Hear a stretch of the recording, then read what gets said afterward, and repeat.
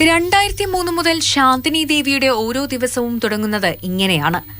കുട്ടികളുടെ പ്രിയപ്പെട്ട ടീച്ചർക്ക് പറയാൻ യാതനകൾ നിറഞ്ഞ ജോലിയുടെ ആദ്യ നാളുകളെക്കുറിച്ചുള്ള ഓർമ്മകളുമുണ്ട്.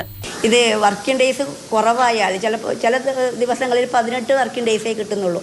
അപ്പോൾ അതിനനുസരിച്ച് നമുക്ക് ശമ്പളം കിട്ടും. അപ്പോൾ പ്രസന്റേഷൻ കഴിഞ്ഞ് നമുക്ക് തുച്ഛമായ ശമ്പളമാണ് കിട്ടിക്കൊണ്ടിരുന്നത്. 3 മാസം ഒരാൾക്ക് പണി കിട്ടും. 3 മാസം കഴിഞ്ഞാൽ അവിടെ വേറൊരു ടീച്ചർ പോകും. പിന്നെ എനിക്ക് 3 മാസം കഴിഞ്ഞ് വേണം പണിയെടുക്കാൻ. പിന്നീട് 2007 സ്ഥിരം നിയമനം എനിക്ക് കിട്ടി.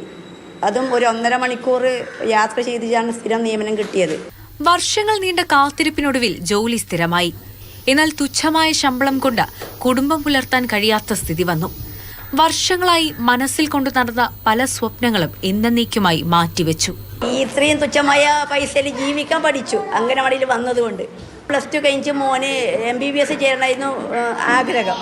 അപ്പോൾ നമ്മൾ ബാങ്കിൽ പോയിട്ട് പറഞ്ഞു നിങ്ങൾക്ക് ഓണറേറിയമാണ്, ശമ്പളമല്ല, അതുകൊണ്ട് നമുക്ക് ലോൺ തരാൻ ബുദ്ധിമുട്ടാണെന്ന് പറഞ്ഞു. അപ്പം ഞാൻ എല്ലാ ബാങ്കിലും കയറിയിറങ്ങി നമുക്ക് ലോൺ തന്നില്ല. കിട്ടുന്ന വരുമാനം തുച്ഛമാണെങ്കിലും ജോലി ഭാരം വലുതാണ്.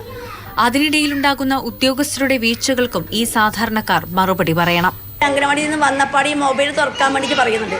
ഈ തുറക്കാൻ വരുമ്പോഴേക്കും നമുക്ക് റേഞ്ച് കിട്ടുന്നില്ല. ഇവരെ കുട്ടികളെ ഫോട്ടോ എടുക്കണം, നമുക്ക് ഈ ഫോട്ടോ അപ്ലോഡ് ചെയ്യണം.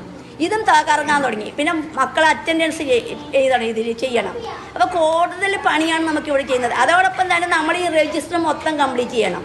അപ്പോൾ നമ്മൾ എപ്പോഴാണ് ഈ കുട്ടികളെ ശ്രദ്ധിക്കുന്നത്? അംഗനവാടിയിൽ വരുന്ന കുട്ടികളെ മാത്രമല്ല, 0 മുതൽ 6 വയസ്സ് വരെയുള്ള കുട്ടികളെ വെയിറ്റും ഹൈറ്റും എടുത്തിട്ട് നമുക്ക് ഈ മൊബൈൽ അടയാളപ്പെടുത്തണം. അപ്പോൾ നമ്മൾ ഏരിയയിൽ 100 കുട്ടികളുണ്ടെങ്കിൽ ഈ 100 കുട്ടികളെയും ഇതിൽ അടയാളപ്പെടുത്തണം ഒരു മാസത്തിൽ. ഇത്രയും പ്രതിസന്ധികൾക്കൊപ്പം ഭൗതിക സാഹചര്യങ്ങളുടെ പോരായ്മകൾ കൂടിയാവുമ്പോൾ ഇവരുടെ ഓരോ ദിവസവും ഇങ്ങനെ നട്ടം തിരിയും. പ്രതിസന്ധികൾക്കിടയിലും ഉള്ളിലെ ദുഃഖങ്ങൾ പുറത്തു കാണിക്കാതെ ഈ കുരുന്നുകൾക്ക് അക്ഷരം ചൊല്ലിക്കൊടുക്കുന്നതിന്റെ തിരക്കിലാണ് ശാന്തിനി ദേവിയും സഹപ്രവർത്തകരും. നമ്മളെ നാട്ടിൽ നടന്ന എല്ലാ വാർത്തകളും അറിയാൻ വേണ്ടിയിട്ട് അല്ലേ? നമ്മൾ TV വെക്കുമ്പോ വാർത്തകൾ കാണുന്നില്ലേ?